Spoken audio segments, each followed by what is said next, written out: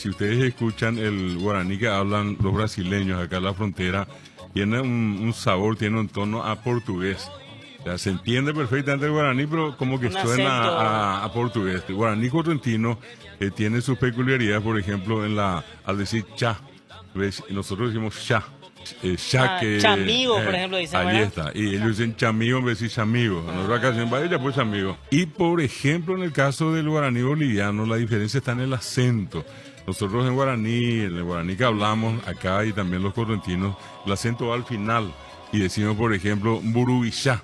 Y los bolivianos le ponen el acento en el medio. Tiene un acento Burubilla. llano, burubisha. ¿Ya tuviste ya intercambio así con profesores de guaraní de Bolivia? Sí, varias veces. Nosotros tenemos una serie de, digamos, de contactos. Formamos lo que llama una red dentro de esta parte de América y obviamente el epicentro del Paraguay. Nosotros marcamos mucho el tema del guaraní como un patrimonio paraguayo, ¿verdad? Lo que no quiere decir que los demás no hablen.